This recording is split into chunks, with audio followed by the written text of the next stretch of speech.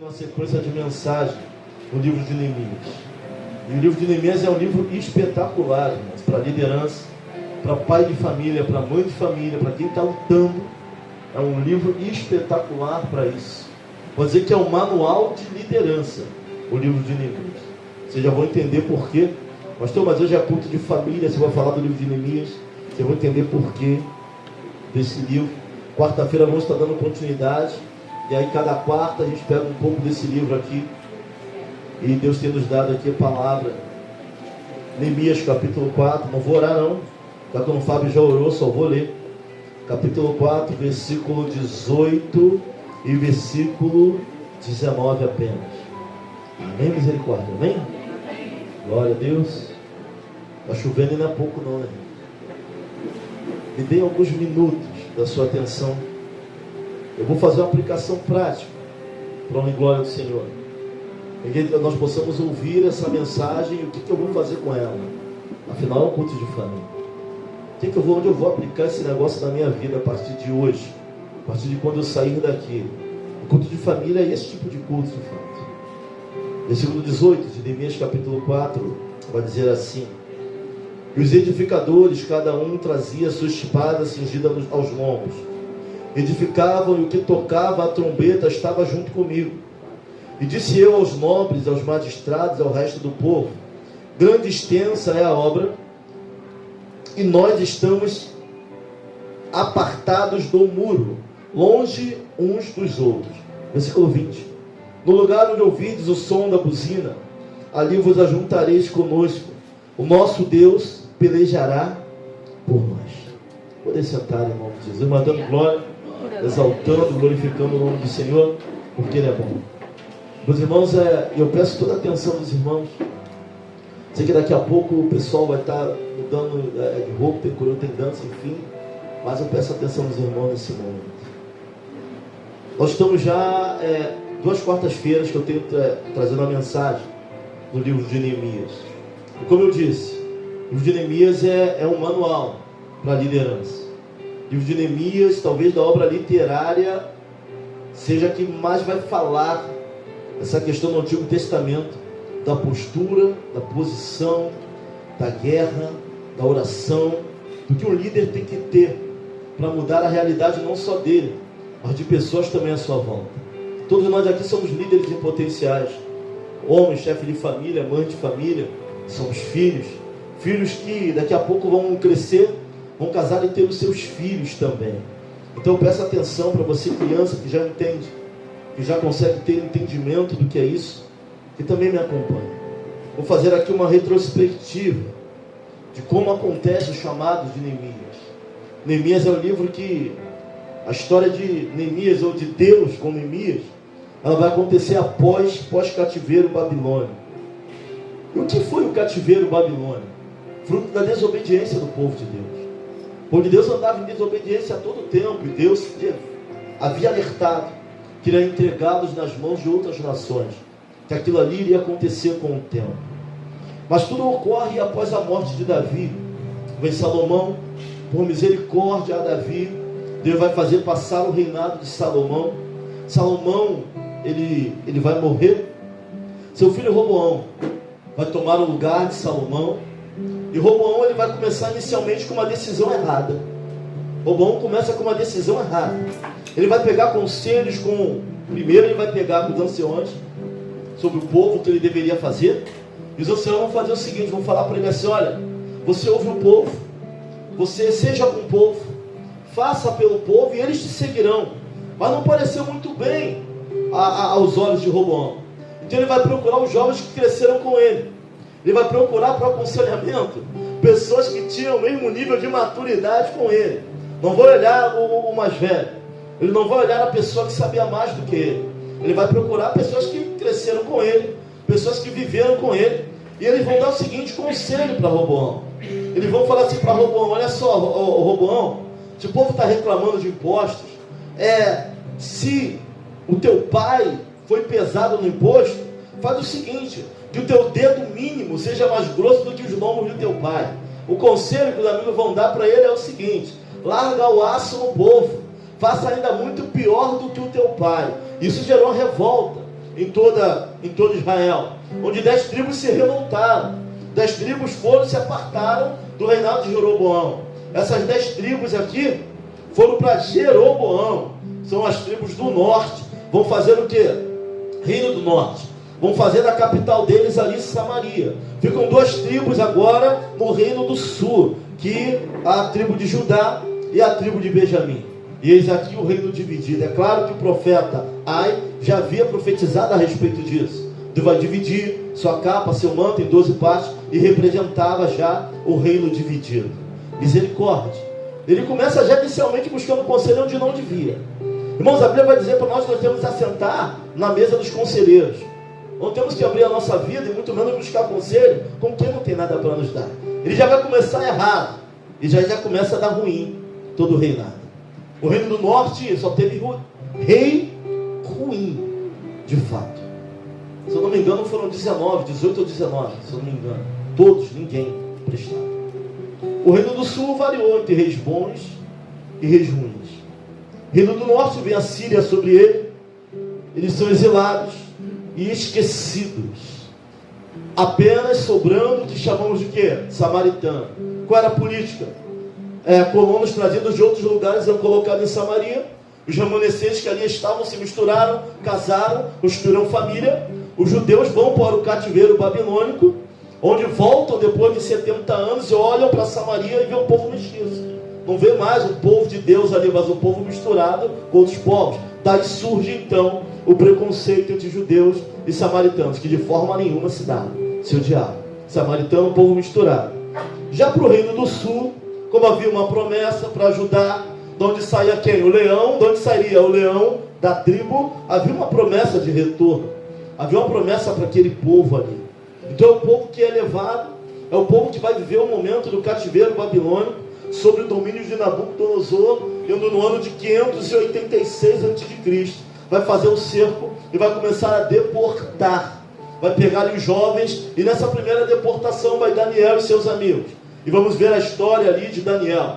Daniel, ele vai pegar o rolo de Jeremias, e ele vai ver que o cativeiro então vai durar mais ou menos cerca de 70 anos, porque profeta olha para profeta, não dá para olhar para aquilo que não tem nada a ver. Daniel vai tentar buscar, vamos ver a oração de Daniel, e Daniel vai ficar ali 21 dias, a minha misericórdia, é isso mesmo, orando, e vai ter resposta dos anjos. Deus vai falar com Daniel. Irmão, não importa o tamanho da tua luta, tu tem que entender o porquê e o que você está lutando. Daniel aqui vai orar para que haja esclarecimento, e Deus, ele vem e não tinha obrigação nenhuma, mas Deus manda anjo para falar com Daniel o que estava acontecendo em torno dele. E mesmo não sendo liberto do cativeiro, Daniel entende que havia um propósito de Deus na vida dele. Então eu vejo Deus deixando um profeta em Jerusalém. Quem fica em Jerusalém? Jeremias. Quem vai para o cativeiro babilônico? Daniel. Daqui a pouco também vai para o cativeiro Ezequiel. Então eu vejo Deus deixando um profeta em Jerusalém. Eu vejo Deus deixando um profeta no palácio. E Ezequiel vai ali para os trabalhadores do rio Quebar. Vai trabalhar ali na lavoura. Ou seja, Deus não deixa o seu povo sem a sua palavra. Independente da situação, independente das circunstâncias, havia profeta em Jerusalém, amém. Havia profeta no palácio, amém. Havia profeta junto aos trabalhadores, amém. Mesmo no momento de crise, mesmo o povo não merecendo, Deus levantou profeta. Neemias vai ficar com a pior parte do povo. O povo queria acabar, sucumbir. São os que ficam em Jerusalém. Eles achavam que era a melhor parte do povo. Porque geralmente quem está sendo levado cativo, quem está passando por prova, não tem esperança para ele. Aquele que talvez ficou em Jerusalém achando que estava tudo bem. Do Jeremias vai ter aquela visão do cesto. Um dos cestos bons se podia comer, o outro que não dava para nada. Que assim como esterco na terra, era o povo que ficou em Jerusalém. Ezequiel é conhecido como o profeta das visões, onde ele vai ver o templo, a glória do templo indo embora, uma série de visões. Ezequiel vai ter ali junto aos trabalhadores do rio Quebar. Ou seja, a história da humanidade ela avança e Deus continua trabalhando no meio do seu povo. Então agora tem Ezequiel, todos estavam presos ali. Daniel, capítulo 5, o grande Nabucodonosor. Deus vai fazer Nabucodonosor comer capim pela raiz durante 7 anos. Vai fazer Nabucodonosor enlouquecer. Seus cabelos cresceram ficou sujo, peludo, igual bicho, durante 7 anos, para entender que Deus é Deus. Porque o governante pode até se levantar, mas nunca vai estar acima de Deus. E ele, por um momento, aquele homem era endemoniado, e Deus vai mostrar para ele que ele era Deus e ele não era nada. Ele fica louco durante 7 anos. Nabucodonosor, ele morre. É passado então agora para aqueles que são os sucessores, Belsazar. Em Daniel capítulo 5 nós vamos ver ele ali, vai lembrar do povo de Deus, dos utensílios do templo, vai mandar chamar os utensílios do templo. Pega lá o utensílio do povo de Deus, traz para cá, começa a zombar, bebe, usa, desfaz das coisas de Deus. Quando ele vê os dedos assim na parede, parece uma mão escrevendo Mené, Mené, Tekel e Persim. Ele vai falar, não vai entender o que significa aquilo. Eu estou trazendo aqui uma retrospectiva histórica, para tu entender o que foi o cativeiro. Ele não vai entender o que significa aquilo. E alguém vai falar para ele, se eu não me engano, a esposa dele, que existe um tal de Daniel, da época do pai dele, que era usado, um homem de Deus, que ia desvendar o que estava escrito ali. Daniel então chega ali para o rei. Daniel entrar de novo. Agora Daniel já está mais envelhecido. Nabucodonosor já morreu, agora já é o filho que assume Daniel, ainda está na Babilônia. E Daniel vai explicar para ele o que significa aquelas palavras. Vai dizer assim, ó, contou Deus o teu reino, acabou, e o acabou. Pesados foste na balança, e foste achado em falta. Dividido foi o teu reino, e deu-se aos medos e aos persas. Deus vai escrever para ele, acabou o teu reino por aqui. É o que Daniel vai interpretar para aquele rei Belsazar. Naquela mesma noite, Dário está invadindo Babilônia, o rei Belsazar morre, porque Deus ele não brinca, aquilo que ele faz ele cumpre. Na mesma noite ele zomba, ele pega os utensílios do templo, ele leva, ele zomba, e na mesma noite Belsazar desce à sepultura. E agora que entra o Império Medo-Persa, entra Dário, e depois vem o sucessor dele, até chegar em Ciro, o ungido. Novamente Daniel vai entrar em cena.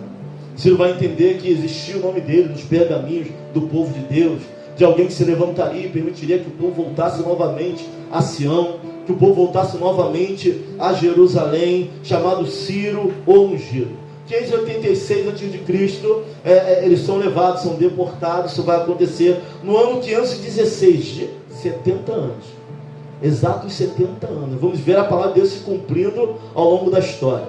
Se o cativeiro era 586, são levados. No ano de 516 a.C., Ciro vai assinar ali um decreto permitindo que as pessoas voltem para a sua terra natal. Porque para ele não era interessante tirar e levar, mas dominar na terra da onde eles eram. Então agora vem o que na primeira expedição, Zorobabel.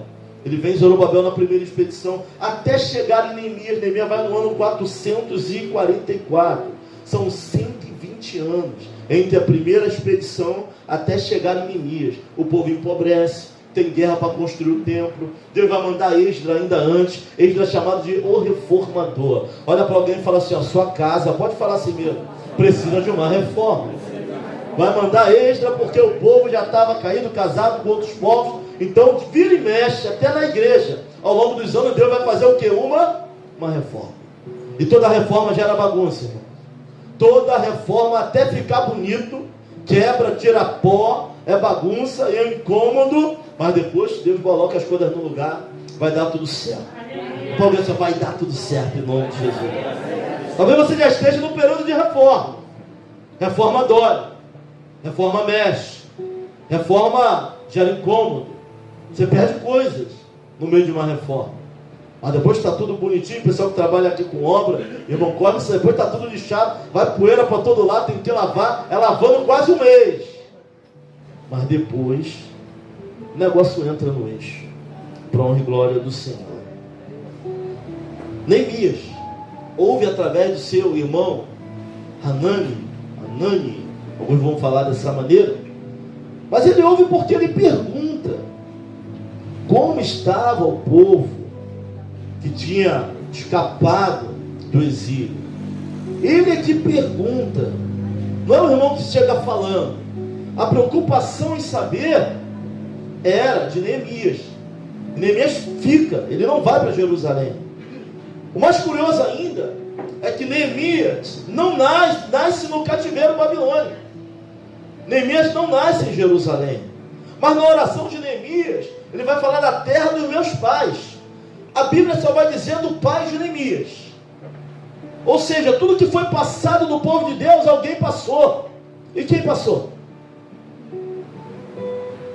Quem é que ensinou ele sobre Sião? Quem é que ensina alguém que nasce preso no cativeiro sobre a terra que ele nunca pisou, a ponto dele amar aquela terra sem nem ter ido lá? Família. Quem passa conceito? Família. Quem ensina Deus para a criança? O departamento infantil. Não. Família. Departamento infantil ajuda, mas a obrigação de ensinar preceitos, conceitos, de apresentar Jesus, do teu filho crescer e Jesus não ser inimigo dele, do evangelho ser amigo dele, da palavra ser amiga dele, independente da forma que venha, porque tem palavra que vem muito bem, vem mansa, mas tem palavra que vem quebrando tudo e traz confronto. De quem é essa responsabilidade? Pastor, é do senhor, é da igreja. Família. Você está pensando em ter um filho, já tem que assumir essa responsabilidade. Família que passa isso. Vai falar só do pai de Neemias, não vai falar da mãe. Mas nós entendemos que na genealogia não entra nome de mulher, só de homem. Vai falar de quem era filho. Não vai falar se ele tinha esposa, não vai falar se ele tinha filhos. Alguns vão até sugerir que ele era eunuco. Não quero entrar nesse mérito, mas não vai falar. Vai falar do pai. Vai falar que ele nasce no cativeiro babilônico, homem de mais ou menos de meia idade, 39 a 40 anos, que nasce no cativeiro, irmãos. E alguém que ouve falar, que pergunta. Muitas pessoas vão perguntar como é que você está. Você que é da comunidade de fé, se tu faltar 3 cultos, 2 domingos, vai ser natural pessoas querem saber como você está. Mas alguns vão saber, não porque querem o teu bem, mas para saber da tua vida. Mas Neemias queria saber porque Neemias estava pronto a entrar numa guerra, em um lugar ao qual ele não conhecia. Não é todo mundo que tem esse sentimento nesse coração. Muitos vão querer saber de você. Como é que está a tua casa, como é que está teu filho. Mas não vai ser para orar. Nem sempre é para te ajudar em oração. E é por isso que a nossa casa a gente não abre para todo mundo. Mas Neemias está perguntando para Hanani como está a situação do povo, porque Neemias era alguém quebrantado a esse ponto. Neemias vai ficar angustiado. A Bíblia vai dizer que Neemias vai chorar. Neemias vai dizer assim: estive orando, chorando e orando ao Deus dos céus. Ele vai orar. Aí sabe o que o livro de Neemias ele me ensina, irmãos? Que Deus é poderoso para te ensinar a lidar com as suas dores. Tem famílias aqui cheias de dores. Nós temos dores dentro da família, irmão. É um filho que é preferido, é um filho que é abandonado, é outro que ninguém dá nada, é outro que não olha, é outro que não considera, é outro que não honra. Nós temos dores dentro da nossa casa, da nossa família. E Neemias, quando ouve isso, ele fica abatido.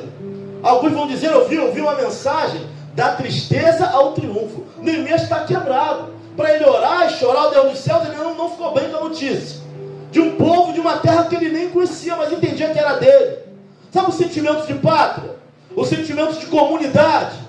Coelonia. Comunidade. Sentimento de pertencer a algum lugar, mesmo sem nunca ter ido lá. Sabe, eu não conheço os céus, irmãos, mas eu já amo esse lugar. Eu não conheço o que Jesus tem para mim, eu não sei você, mas eu já amo esse lugar. Nunca fui lá, não tive visão extraordinária dos céus, não sei como é, mas eu já amo esse lugar. Neemias não conhecia Jerusalém, mas ele amava aquele lugar sem nem mesmo ter ido naquele lugar. Quem é que chora por algo que não conhece, irmãos? Na verdade, quanto tempo tu já não chora na presença do Senhor? Quanto tempo tu já não chora pela vida de alguém? Ele vai falar: o povo está em grande miséria. Olha, os muros estão fendidos, as portas estão queimadas, o povo está mal. Como é que está Jerusalém? Está mal. Neemias vai chorar. Neemias agora é copeiro do rei. Neemias não está mal de vida. Neemias não está naquela sua posição, mas entende que é povo dele. Certa feita eu fui entrar nessa discussão com Deus, deu muito ruim para mim. Sabe, Deus mandou assumir a igreja lá em Manaus. Eu falei: não vou assumir esse povo, não é meu. Sou do Rio de Janeiro, vou assumir para quê? Ele falou comigo: o povo não é teu, mas é meu. E se eu sou teu Deus, então tem que ser teu povo. Então às vezes a gente entra em algumas questões com Deus e tu não vai vencer esse negócio. Neemias ele chora. Neemias ele vai jejuar. Olha só, ele vai, primeira coisa que Neemias vai fazer, irmão, vai buscar o sobrenatural. Não tem como mudar situações, Não tem como reconstruir muros na nossa vida, na nossa família. Não tem como tirar portões que já estão queimados sem recorrer ao sobrenatural. Não tem.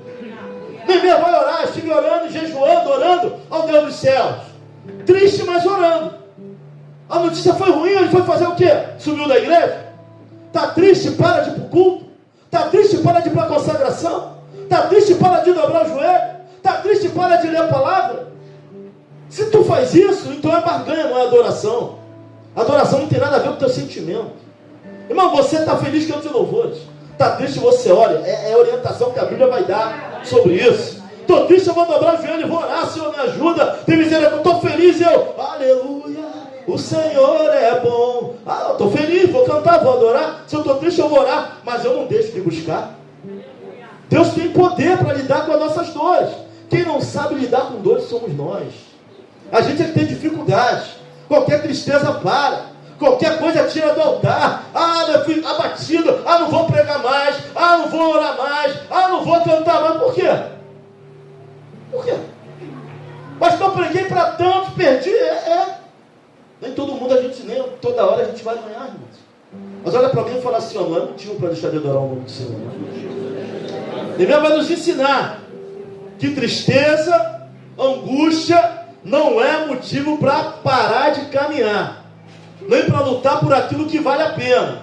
Tem hora que a guerra vai ser mais acirrada, tem hora que a guerra vai aliviar, mas buscando a Deus em todo o tempo. Adorar o que sei, adorar o que sou. Nós cantamos, nós louvamos se eu descer, te adoro se eu subir, te adoro se está no manancial, adoro se está no deserto, adoro se está bem, adoro se está mal, adoro. Glorifique e exalta o nome do Senhor. Neemias, ele era de uma empatia fora do comum, irmãos. Sabe, tem guerra que a gente não vai conseguir reconstruir muros sem empatia. Pastor, essa palavra é linda, pastor. Mas o que significa de fato essa palavra? Empatia é se colocar no lugar do outro. Empatia é tentar sentir a dor de alguém. É o que está faltando, porque algumas casas não são reconstruídas, porque não tem empatia nem dentro. Sabe, o homem e o marido tem que ter misericórdia da mulher. A mulher tem que ter misericórdia do marido, dos filhos. Tem questões que para serem tratadas, nós vamos ter que estar no nível de empatia. Talvez que não seja o teu natural. Me lembro do pastor amigo meu, não sei até hoje o que o filho dele fez, mas eu sei que ele ia quebrar ele em dois. Ele falou, Claudemir, eu ia quebrar ele em dois. Ele fez algo tão sério, eu ia pegar e arrebentar aquele menino. Quando eu fui para pegar ele, Deus veio sobre mim, eu comecei a chorar. Dei um abraço e falei, meu filho, eu te amo, não faça isso. O filho foi quebrantado também. O último fato que eu soube do filho dele, que já era diácono na igreja, estava servindo ao Senhor. Aleluia! Sabe, mas ele falou, minha vontade era quebrar ele todo pelo que ele fez, mas orava. Sabe, quem ora tem empatia. Quem ora é quebrantado. Quem não é quebrantado não vai conseguir reconstruir muros. Estou falando de família. Tem questões dentro da casa, se tu não tiver empatia. Se o marido não se colocar no lugar da esposa, se a esposa não se colocar no lugar do marido, às vezes tem que se colocar no lugar do filho, tem que ouvir o teu filho, pai, mãe, porque o que é simples para você, pode ser complicado para ele, e sem empatia, sem se colocar no lugar do outro, sem misericórdia, família não reconstrói muro, porque a nossa vontade às vezes, é a mesma vontade do pastor Marco, é partir a quebrar no meio, ou estar irado, mas sem empatia, nem muro vai ser reconstruído. Neemias era de uma empatia. Por que ele era dessa? Ele chora por um lugar que ele nunca viu. Tamanho a empatia absurda em Neemias. Sabe, talvez por mais duro que você seja, tenha sido criado, eu acho. Talvez a gente ache que tudo é na pancada. Irmão, tem muro que não vai ser reconstruído assim. Neemias começa orando, buscando ao Deus dos céus. Tem poder para lidar, e vai o quê? A dor de Neemias vai ser estabilizada. Quando é que a dor é estabilizada? O problema está ali, quando a gente começa a orar. Aí Deus, ele vai alinhar os nossos sentimentos à vontade que ele tem, aquilo que ele tem para a nossa vida. Neemias, ele vai buscar ao Deus dos céus. Quer reconstruir os muros da tua casa, da tua família, do relacionamento? Olha para alguém e fala assim: vai buscar, ora em jejum e busca o Deus dos céus. A arma vem de cima. Temos que buscar as coisas, primeiro as coisas sobrenaturais. Eu vou te explicar por quê. Falei que nós vamos botar aqui três aplicações práticas desta palavra para a nossa vida. Vou chegar lá. Coloca o coração. Ora ali os sentimentos. Se você não cuidar de você, tu não tem condição de cuidar de ninguém. Tem gente que acha que vai entrar em tudo que é guerra e que é peleja. Vai não. Quando ele ora ao Deus do céu e jejua, Deus trata também do coração dele. Triste, angustiado, ele vai fazer o quê? Orar. Como alguém, um cego vai guiar outro cego. Eu vou cuidar da minha, tu está tudo quebrado, tu vai cuidar de quem? Ele começa orando, alinhando as emoções e sentimentos, buscando ao Deus dos céus. E quem vai abrir a porta para ele? Quem vai tocar no coração do rei? Artaxerxes I, que agora já era outro rei. Quem é que vai tocar no coração do rei? Para dar cartas a ele, para que ele vá a Jerusalém, para que ele faça a construção dos muros e dos portais. O rei. Mas quem toca no rei? Quem é que abre porta onde não tem parede? Quem é que traz existência àquilo que não existe? Quem é que pode trazer um sentimento que já foi enterrado? Tem gente querendo desistir até da família. Deus pode trazer à tona aquilo que para nós não tem mais solução. É Ele. Mas como Ele faz? Vai buscar o que é a ferramenta, a instrumentabilidade, tanto no céu quanto na terra. E vai buscar nos dois lados. Porque quando o rei chama ele e vê que ele está triste, ele não perde tempo. Ele vai falar por que está triste, o que ele precisa. Era em Jerusalém do material que ele precisava para começar a construção. Então vamos ver ele buscando ferramenta nos céus e ferramenta na terra. Mas tudo veio de onde? Vem de cima. Vem de cima. Tem para onde correr disso. Voltando para o texto, versículo 19. Ele vai falar o que? Para o povo que estava ali, capítulo 4, Neemias, capítulo 4, versículo 19. E disse aos nobres e aos magistrados, é o resto do povo: grande e extensa é a obra, irmão. Grande e extensa é essa obra. Mas ele vai dizer o seguinte: nós estamos apartados do muro, longe um dos outros. Outra coisa, Neemias me ensina: afastado a gente não vai conseguir edificar nada. Ele vai dizer assim: a obra é extensa, estamos longe do objetivo. Qual o objetivo? Reconstruir os muros, os portões. Mas estavam o quê? Afastados do muro e longe um dos outros. Mas tu quer recuperar e construir tua família longe um do outro? Pastor, mas a gente está em casa todo dia. Não significa estar perto. Todo dia eu estou na sala com a minha família. Não significa estar perto. Todo dia eu ligo. Não significa estar perto. Tem gente na mesma sala, um vendo televisão, outro no Instagram, outro no Facebook, e a família não está perto. Está no mesmo espaço, mas não está perto. E os muros estão derribados. Não há conversa, não há entendimento, não há compreensão. Pastor, mas dia de segunda eu estou em casa, mas não está perto. Sabe o que é estar perto? Ele está interagindo. Estar perto é de ligar a internet por alguns minutos e ficar tete a tete conversando. Meu irmão, eu perco um tempo conversando sobre a história do Miguel. É muita história, irmão. Miguel chega do segundo grau, quem conversa com ele, não é todo mundo que com ele conversa assim não, mas alguns ele conversa. É muita história, é briga, pancadaria, o pau come, filmaram. Está perto. Não dá para reconstruir muros. Eu uso aqui minha família, e se perguntar, eles vão falar: meu pai não está mentindo. Meu pai até pode estar aumentando. Então está aqui a pastora que não vai me deixar mentir sozinha. Ela sabe. Meu pai pode até mais mentir, meu pai não está mentindo. Então às vezes a gente não quer nem ouvir. Ah, mas é besteira, vai chegar a Bianca, mas é besteira. Mas é a realidade dela. Sabe, que é reconstruir muro, tu vai ter que estar perto. Ele vai falar: estamos apartados do muro e muito longe um dos outros. Mas quando tocar a buzina, tem que ter uma estratégia, porque os inimigos estavam para chegar. Neemias pode ser quebrantado, sensível, mas frouxo não era. Era espada na mão e ferramenta na outra. E se entrasse, tomava. Sanbalate, Tobias. Ser sensível não é ser fraco.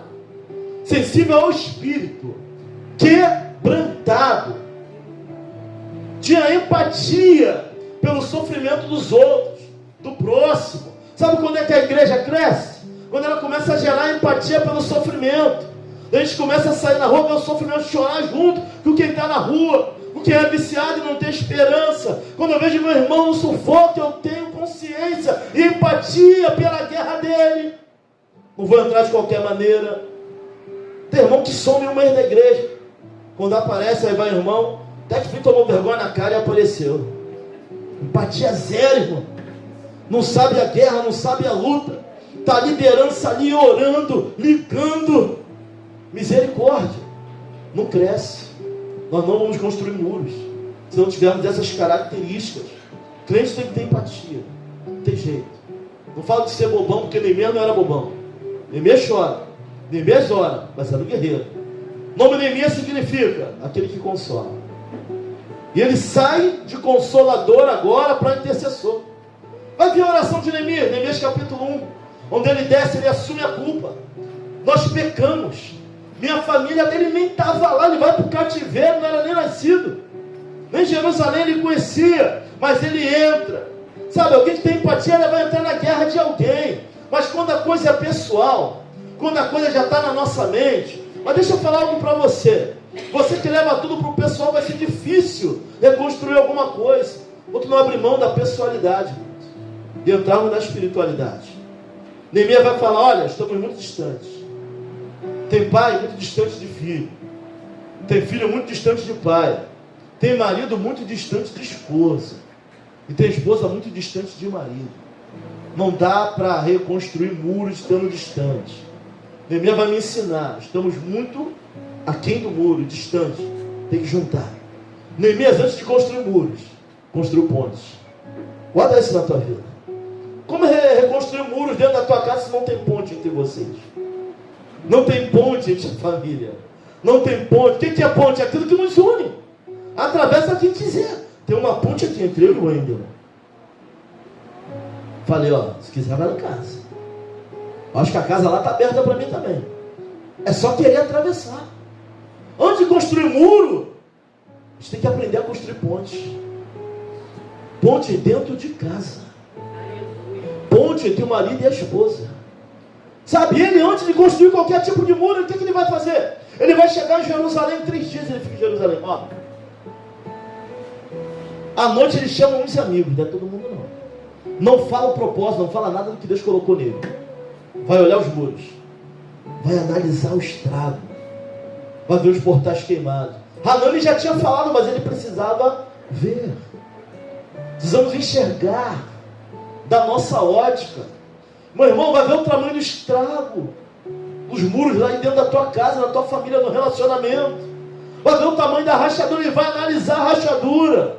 Neemias vai olhar os portais que estavam queimados. Sabe, ninguém gosta de fazer autoanálise. Quando nós lemos um texto da Santa Ceia, faça uma autoanálise. A Bíblia vai falar, e se autoanalisar é difícil, é mais fácil analisar o outro. É mais fácil falar do defeito de fulano, de ciclano, mas fazer autoanálise, porque fala o quê? Aquele que bebe sem discernimento, bebe para a própria, e come do pão para a própria condenação. Por isso, muitos entre vós estão doentes e dormindo. Tem gente dormindo porque não analisa. Às vezes o estrago está feio, aí a gente acha que está tudo bem. Os portais já estão queimados há muito tempo, Diácono Banda, a gente acha que está inteiro. Às vezes a gente quer até posar como se tivesse. A gente que prega, que sobe no altar, a gente até parece que está, mas não está. Então nessa noite, que o Espírito Santo nos leva a fazer uma autoanálise de como estamos levando a nossa família, a nossa vida, a nossa casa, o comportamento, o relacionamento. Aleluia. Se estamos próximos ou distantes. Se fazemos muros é para quem está de fora, mas dentro tem que fazer ponte. Por que muro? Porque muro vai apontar para a vigilância, para a segurança. Nossa adoração tem que ter muro, senão todo mundo entra. Se não tiver um muro na tua casa, todo mundo vai dar palpite na tua vida. Vou entrar, vou querer te ensinar o sofá que tu tem que botar, a televisão que você tem que ver, a roupa que você tem que andar. Tem que ter muros. Muros, vigilância. Portais, autoridade. Tem gente que já perdeu a autoridade em determinados assuntos há muito tempo. Então é necessário estar de pé os muros, os portais, para que nem todo mundo entre. Tem gente que ele sai, e o Diácono Marcos fez uma enquete, foi num seminário de família com a irmã Cláudia. Eles conversaram em casa, ele saiu e abriu a poupança. No meio do caminho, Ele achou um amigo que falou que tinha, não sei se é um celular da moda, ele já voltou com o celular na mão. Tem gente que faz a reunião em casa, dá um pulinho ali e já volta com tudo ao contrário. Não tem muro, qualquer um influencia nos projetos, nos planos. Está todo animado, vou ali fazer a prova, houve um negócio. Não vou fazer não, porque já foi, já entrou. E não trata com quem tem que tratar, porque dentro é ponte, o muro é para fora, gente. Dentro é ponte, marido, mulher, vai tratar uma coisa, vai comprar uma casa, avisa. Porque se der errado, vai morar embaixo da ponte, mas ela sabia. Pelo menos ela sabe para onde ela está indo. Pelo menos ele sabe o que ela está fazendo. Ou seja, dentro é ponte, fora, muros. E todo mundo pode entrar na nossa particularidade. Sabe, tem coisas da nossa vida que a gente não pode nem estar falando para todo mundo. Você tem que proteger o teu cônjuge, proteger a tua esposa. Tem questões, situações que a gente não fala, a gente segura. Então eu vejo Neemias alguém que sabia a hora de falar e a hora de calar. Realmente um guerreiro de oração. E também um guerreiro de atitude. Família tem que estar perto. É necessário união para que haja reconstrução. Porque reedificar é pior do que construir.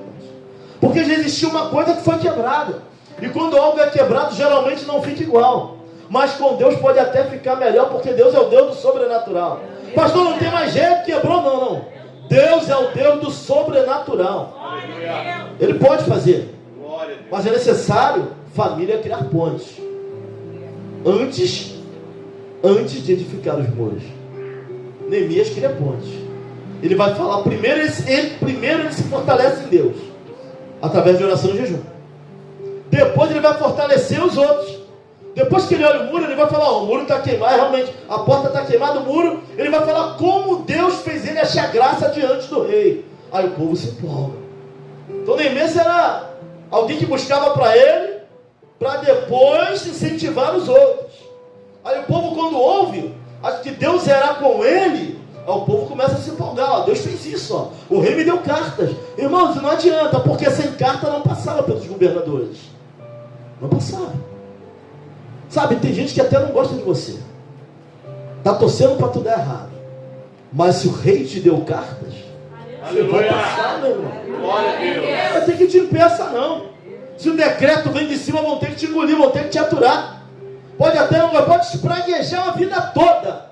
Mas se a carta foi o rei quem deu, tu vai passar por onde tem que passar e vai conquistar aquilo que Deus tem para a tua vida. Não adianta, viu, misericórdia, irmão? Olha para alguém e fala assim, ó, se foi Deus que te deu carta, fala para ele. Se o decreto foi de cima, não tem que te segure não, meu irmão. Sabe, ele consegue o favor do rei.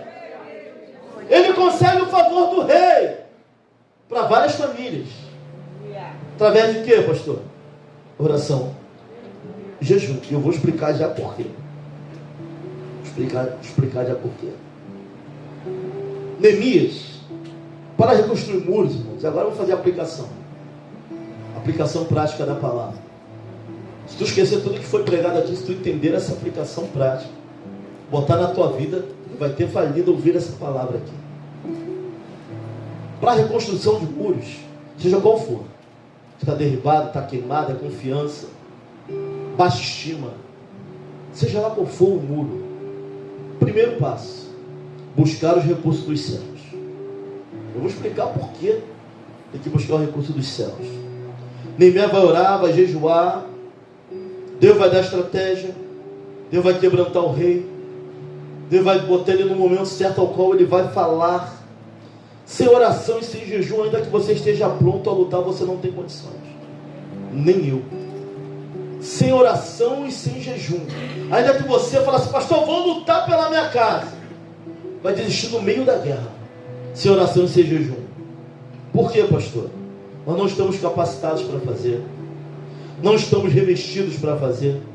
Não estamos quebrantados para fazer. Tem guerra que para você entrar, tu vai ter que estar quebrantado. Porque não é todo mundo que vai aturar ou vai ter que lidar com aquilo que você vai lidar. Quando fala de reconstrução, tu tem que estar capacitado. Você tem que estar qualificado. Você tem que estar quebrantado e pronto a lidar com todo tipo de situação. E só vai estar dessa maneira quem ora e quem jejua. Sem oração e sem jejum não tem qualificação. Sem oração e sem jejum não tem capacitação. Sem oração e sem jejum não tem quebrantamento. Desse meu amigo não orasse pela família dele, ele tinha quebrado o filho dele, mas ele orava, era um homem quebrando, e o quebrantamento falou muito mais do que uma atitude mais enérgica. Sem quebrantamento a gente não vai conseguir lidar com vidas. Ah, pastor, é difícil, pastor, lidar com vidas, cada um aqui tem uma personalidade, pensa de uma forma diferente, tem uma criação diferente, interpreta o que aprendeu de Deus de forma diferente. Ainda tem isso ainda.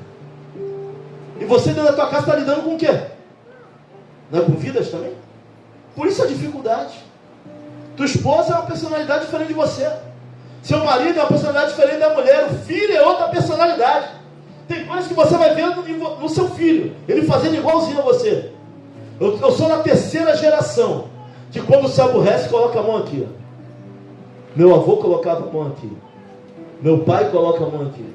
Eu coloco a mão aqui. E Miguel coloca a mão aqui. Quando estava aborrecido, estava pensando. 4 gerações de homens que quando estão pensativos fazem assim. Ó. Igualzinho. Mas personalidades diferentes. Sem oração, tu não está apto a lidar com isso. Neemias já estava, quando ele começa a orar ao Senhor, ele é capacitado, ele é qualificado e ele é quebrantado para lidar com todo tipo de situação. Não tiver quebrantado, tu perde a paciência. Não tiver quebrantado, sabe o que é mais fácil? Largar para lá, deixar de lado e virar as costas. Isso é falta de oração, é falta de jejum. Porque homem de Deus vai brigar pela sua família, mulher de Deus vai brigar pela sua família. Talvez o filho nem brigue, porque não tem maturidade e muito menos consciência. E mesmo assim, tem filho que mesmo sem maturidade ou consciência, briga pela sua casa. Mas se não orar, se não jejuar, tu pode até se dispor a brigar. Tem muito homem de Deus aí, irmão, mas quando chega dentro de casa, está tudo errado. Prega, tal, faz, ora, vai mudar a tua vida, mas dentro de casa está tudo quebrado. Porque não ora a esse respeito dessa maneira. Para ser qualificado, capacitado e quebrantado. Sem quebrantamento, sem empatia, vai ter reconstrução de muro. Né? O ser humano leva dores tão profundas, irmão. Tem gente que nem sabe. Sabe quantas pessoas aqui sentadas já pensaram em tirar a vida? Eu não vou nem perguntar. Tem marido que nem sabe que a mulher já pensou em tirar a vida. Tem mulher que nem sabe que lá no íntimo o marido já pensou, para ver tamanho é a dor que às vezes o ser humano carrega, mas toda dor, para quem crê, já foi levada aqui, meu irmão. Aleluia. É a nossa ótica aqui do reino das coisas de Deus, que algumas vezes são erradas e não conseguimos alcançar o que Ele tem para nós. Mas Neemias começa orando e jejuando, porque sem isso é impossível. Sabe, tu tem até vontade de fazer. Quantos aqui tiveram vontade de fazer e pararam no meio do caminho? Fala a verdade. Você até quer, mas não está qualificado a permanecer, muito menos a chegar no final da trajetória.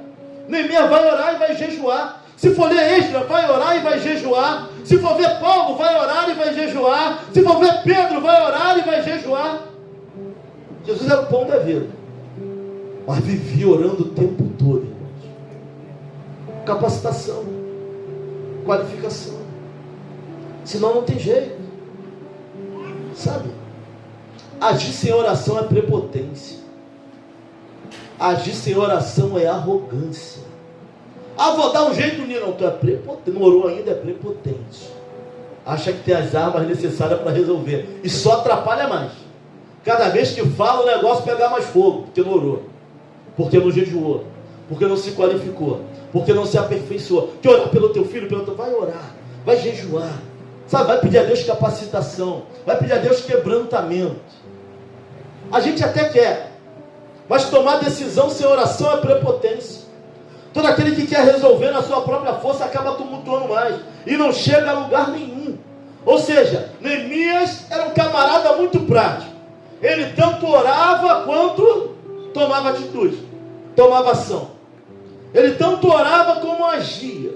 Mas agir sem orar é autossuficiência. E é por isso que muitas coisas não vão para frente na nossa vida. A gente age, mas sem orar e sem jejuar. Mas também é necessário o quê? Posicionamento. Porque só orar sem tomar posição é fuga da realidade. Pastor, estou orando ao mesmo, mas nunca se posicionou. Estou orando há 10 anos, mas nunca se posicionou. Neemias, ele tanto orava para tomar a posição, mas orava e tomava a posição. É fuga da realidade. Está orando pelo teu filho, já tirou ele de onde ele anda? Já tirou ele das companhias que ele está? Já orou, Deus mostrou, agora age. Fala para você, orou? Fala assim, irmão, já orou? Deus mostrou? Agora se posiciona. Tem gente que ora, está orando um tempão, mas é fuga da realidade. Não toma postura. Não toma posição. Ah, esse menino está assim, ora por ele, a gente ora, mas já tirou ele da rua 10 horas da noite? Já arrancou ele da rua 11 horas? Já tirou da casa da amiguinha? Já arrancou aquilo que ela está vendo, aquilo que ele está vendo? Toma posição. A gente até ora e bota a culpa na igreja. Mas na igreja tem falhado não somos nós. O sistema tem falhado, está dentro de casa, está na família, não tem ponte. Está orando, eu sei, pastor, mas eu não estou orando, mas não age. Está orando, ora e age. Neemias tanto orava, como tomava posição daquilo que estava fazendo. Tem gente para onde correr não, irmãos. Oração sem ação é fuga da realidade. Agir sem orar é petulância e autossuficiência. A gente vai correr para onde? Se tu age e não ora, tu é petulante, arrogante e autossuficiente. Tu acha que pode resolver alguma coisa na tua própria força. Você não pode. Quem toca em coração é Deus, quem abre em caminho é Deus, quem toca na mente é Deus, quem tira emoções é Deus, quem sara é Deus, quem cura é Deus. Eu tenho que orar. Depois que a gente ora, Deus mostra é por ali, a gente vai. O negócio tá bom. Onde já experimentaram jejuar e orar para depois tomar posição? Experimenta. Vê se Deus não vai abrir o caminho. Se Deus não vai tocar no coração. Vê se o gigante não é bem menor do que ele parece ser. Sabe qual é a conclusão disso tudo? Não existe nada insolúvel para quem é comprometido com Deus e está disposto a agir. Pastor, aparentemente essa situação não tem solução. Não, para quem é comprometido com Deus e está disposto a agir, não existe situações sem solução. Aleluia. Ainda é baseado em Neemias, eu encerro aqui. 7:35. Ainda baseado em Neemias, o ano de 586, eles foram levados para o cativeiro. No ano 516 foi proclamada a liberdade relativa, voltaram para a terra, 70 anos. No ano de 444, Neemias avança para Jerusalém para reconstruir os muros e botar os portais no lugar. Estou errado na sua história? Então é isso. Está me olhando daí? 444, de 516 para 444 são mais ou menos 120 anos. A minha misericórdia. 120 anos de muro fendido. 120 anos de portão queimado. Sabe quanto tempo Neemias fez a obra? 52 dias. E aí? 120 anos. Ninguém colocou aquele negócio no lugar. 120 anos, portanto, porque quem destrói o templo? Nabucodonosor. E se eu botar os 70 de cativeiro, dá mais. Ninguém resolvia. Aí vem Neemias com 52 dias. As portas já estavam no lugar. Os muros não havia mais rachadura nos muros. Ele vai dar 52 dias. Ele resolveu o que pessoas em 120 anos não resolveram. Qual o segredo de Neemias? Oração, jejum e ação. Predisposição em agir quando tem que agir. Falar com Deus antes de agir. E Deus dando a estratégia, não ter medo de agir. Tem coisas que não é natural. Pastor, estou nessa guerra há 20 anos. Não é comum. Não é normal. Não é normal. Tem gente que já até aceitou. Mas Neemias era um servo acima da média. Neemias não era um servo medíocre. Medíocre não é palavrão não. É alguém que está satisfeito com qualquer coisa. Para Neemias, muro fendido e portão queimado não era normal. Não sei se para você não ter a amizade e a comunhão dentro de casa é normal. Para mim não é. Para mim não é. Não sei se para você não ter o amor do teu filho já se tornou normal. Para mim não é. Pastor, o que eu vou fazer? Não, nem me ouve. Ora e jejua. Deixa que ele vai abrir. E na hora tu se posiciona. Vai ver a mão de Deus na tua vida e na vida da tua família. Tem gente que acha que viver mal é normal. Não é normal. Pode ser comum, irmão, mas não é normal. Para Neemias não era normal nem natural. O muro de Jerusalém fendido e o portão queimado. Para 120 anos de pessoa foi normal. Ninguém mexeu. Ele olhou e falou, não é normal. Ele soube da notícia, não é normal, não é normal. A gente não vir adorar a Deus. Não é normal o crente não gostar de orar. Não é normal a gente viver uma vida na igreja e outra em casa. Não é normal. Olha para mim e fala assim, vai aceitar isso ainda, meu irmão? Olha para mim. 120 anos de anormalidade. Deus resolve através de Neemias em 52 dias. Não tem nada que não há questões insolúveis, Wayne. Para quem se compromete, está disposto a agir. Vão se levantar os Sambalates, vão se levantar os Tobias. Depois que tu levantar o muro e botar o portão, só vou entrar se tu abrir a porta. Vou ter que mandar carta para tentar congregar contigo, tu deixa se tu quiser. Porque o muro já está no lugar e o portão também. Viemos e congreguemos no Vale de Ouro. Só vai entrar na tua vida se você deixar. Depois do muro já, vigilância e autoridade representada em volta da nossa família, da nossa casa, da nossa fé, do nosso entendimento, da palavra de Deus que é em volta de nós e da igreja. Depois de levantado, se o diabo só entra se você abre porta. Sambalates e Tobias vão bater na porta. Edificar dá trabalho no pano. É espada na mão e trabalho na outra. Mas depois que o muro é edificado, o portão no lugar, ninguém entra mais não. Só se tu abrir. Está dando trabalho agora para reconstruir? Oração e atitude. Depois que construir, não deixa mais ninguém se misturar onde não tem que estar.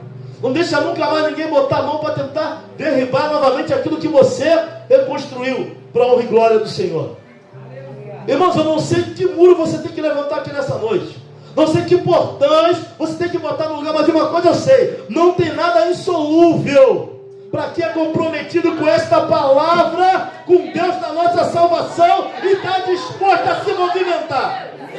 Sai da zona de conforto. Começa a orar, e orar e jejuar, adore. Ora, jejum e toma atitude. Que Deus é contigo e com a tua casa. Assim como é com a minha. E vou fazer igual quando eu vou pregar em outro lugar. E agradeço a minha oportunidade.